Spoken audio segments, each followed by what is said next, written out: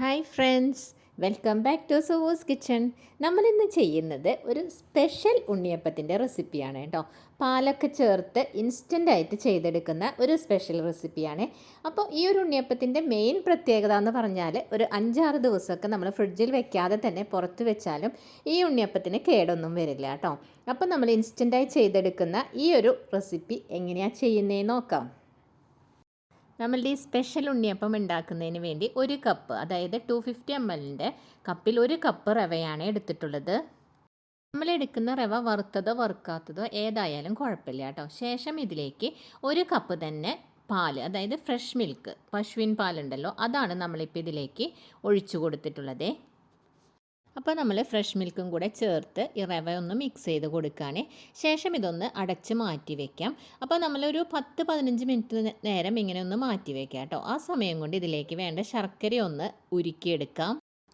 ഇതിലേക്കുള്ള ശർക്കര ഉരുക്കുന്നതിന് വേണ്ടി ഞാനൊരു പാത്രമെടുത്ത് അതിലേക്ക് 1/4 കപ്പാണ് വെള്ളം ചേർത്ത് കൊടുക്കുന്നത്.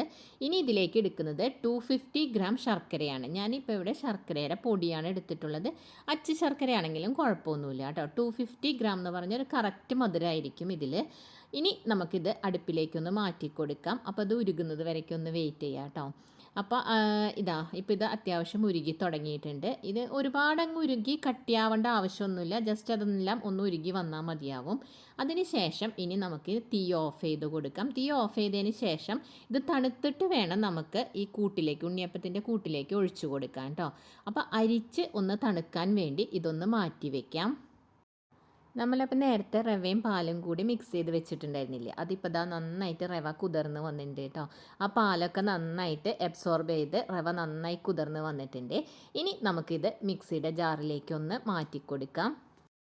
ഇനി അടുത്തതായി നമുക്ക് വേണ്ടത് ഇതുപോലെ ഈ ഒരു വലിപ്പത്തിലുള്ള ഒരു ഏത്തപ്പഴമാണ് കേട്ടോ. ആ ഏത്തപ്പഴം നമുക്ക് ചെറിയ പീസസ് ആയിട്ട് കട്ട് ചെയ്ത് കൊടുക്കാവേ. അപ്പോൾ നമ്മൾ നേരത്തെ റവയും പാലും കൂടിയുള്ള മിക്സിയുടെ ജാറിലിട്ട് വെച്ചിട്ടുണ്ടായിരുന്നല്ലോ, അതിനോടൊപ്പം ഇതുപോലെ ചെറിയ പീസസായി കട്ട് ചെയ്ത് കൊടുക്കാം. അടുത്തതായി നമ്മൾ ഇതിലേക്ക് ചേർക്കുന്നത് ശർക്കര പാനിയാണ്. അപ്പോൾ ഈ പാനി നന്നായിട്ട് തണുത്ത് വന്നിട്ടുണ്ട്. അതിപ്പോൾ നമ്മൾ ഇതിലേക്ക് ചേർത്ത് കൊടുക്കുകയാണേ.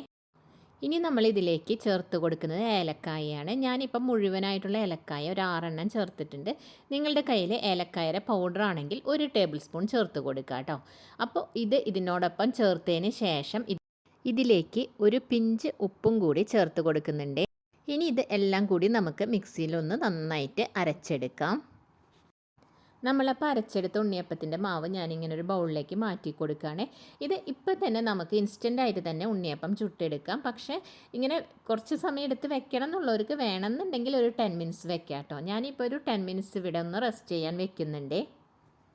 നമ്മളപ്പോൾ ബാറ്റർ ഒന്ന് 10 മിനിറ്റ്സ് റെസ്റ്റ് ചെയ്യാൻ വെച്ചിട്ടുള്ള സമയം കൊണ്ട് ഇതിലേക്ക് വേണ്ടി ഒരല്പം തേങ്ങാക്കൊത്ത് വറുത്തെടുക്കണേ. അതിന് വേണ്ടി ഞാനൊരു പാത്രം ചൂടായപ്പോൾ അതിലേക്ക് 1 ടേബിൾ സ്പൂണാണ് നെയ്യ് ഒഴിച്ചു കൊടുത്തിട്ടുള്ളത്.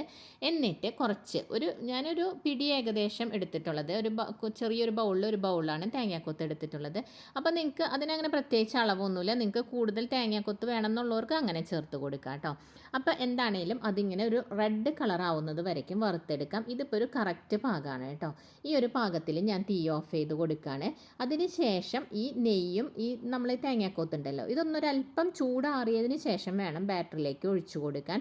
കാരണം എന്താണെന്ന് വെച്ചാൽ ചൂടുള്ള നെയ്യും കൂടെ ഇതിലേക്ക് ബാറ്ററിൽ ഒഴിക്കുമ്പോൾ നമ്മൾ ഉണ്ണിയപ്പം ഉണ്ടാക്കുമ്പോൾ ഉണ്ണിയപ്പം കുറച്ചും കൂടെ കട്ടിയാവാൻ സാധ്യതയുണ്ട്. അപ്പോൾ അത് ഒഴിവാക്കാൻ വേണ്ടിയിട്ടാണ് ഒന്ന് തണുത്തതിന് ശേഷം ചേർത്ത് കൊടുക്കുക കേട്ടോ.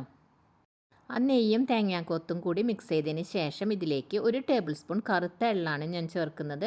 നിങ്ങൾക്ക് ആ തേങ്ങ വറക്കുന്ന സമയത്ത് വേണമെങ്കിലും അതിൽ വറുത്തെടുക്കാം കേട്ടോ. ഞാനിപ്പോൾ ഡയറക്റ്റ് ഇതിലേക്ക് ഇട്ട് കൊടുക്കുകയാണ് ചെയ്തത്. ഇനി അപ്പോൾ നമുക്ക് ഉണ്ണിയപ്പം ഉണ്ടാക്കാൻ തുടങ്ങാം. അപ്പോൾ അതിന് വേണ്ടി ഞാനൊരു ഉണ്ണിയപ്പച്ചട്ടി അടുപ്പിൽ വെച്ച് ചൂടായപ്പോൾ അതിലേക്ക് എണ്ണ ഒഴിച്ചു കൊടുത്തിട്ടുണ്ടായിരുന്നു കേട്ടോ. അപ്പോൾ ഇങ്ങനെ മാവ് ഒഴിച്ചു കൊടുക്കാനുള്ള എളുപ്പത്തിന് വേണ്ടി ഞാനതൊരു കപ്പിലേക്ക് ആ ബാറ്റർ ഒന്ന് മാറ്റി കൊടുത്തതാണ്. ഇനി ഇതുപോലെ എല്ലാം ഒഴിച്ചു കൊടുക്കാം. ഇപ്പം നമ്മളുടെ ഉണ്ണിയപ്പം എല്ലാം ഞാനിവിടെ ഒന്ന് തിരിച്ചിട്ട് കൊടുക്കുകയാണ് കേട്ടോ. ഇതിനകത്ത് നമ്മൾ പാല് ചേർത്ത് ഈ ഉണ്ണിയപ്പത്തിൻ്റെ കൂട്ട് റെഡിയാക്കിയതുകൊണ്ട് തന്നെ നല്ല സോഫ്റ്റ് ഉണ്ണിയപ്പമാണ്. ഇതിനകത്ത് നമ്മൾ സോഡാപ്പൊടിയോ ഒന്നും തന്നെ ചേർത്തിട്ടില്ല സോഫ്റ്റ്നെസ്സിന് വേണ്ടി. അല്ലാതെ തന്നെ നല്ല സോഫ്റ്റായിട്ട് നമുക്കിത് ചെയ്തെടുക്കാൻ പറ്റുമേ. അപ്പോൾ നോക്കൂ, ഇപ്പോൾ കറക്റ്റായിട്ട് നമ്മളുടെ ഉണ്ണിയപ്പം കിട്ടിയിട്ടുണ്ട് കേട്ടോ. അപ്പോൾ ഇതിൻ്റെ വേറൊരു പ്രത്യേകത എന്ന് പറയുന്നത്, നമ്മളിത് പുറത്ത് ഫ്രിഡ്ജിലൊന്നും വെക്കാതെ പുറത്ത് സൂക്ഷിച്ചാലും ഒരു 5-6 ദിവസം വരയ്ക്കും ഇത് കേടുകൂടാതെ പുറത്ത് തന്നെ നമുക്ക് സൂക്ഷിക്കാൻ പറ്റും കേട്ടോ.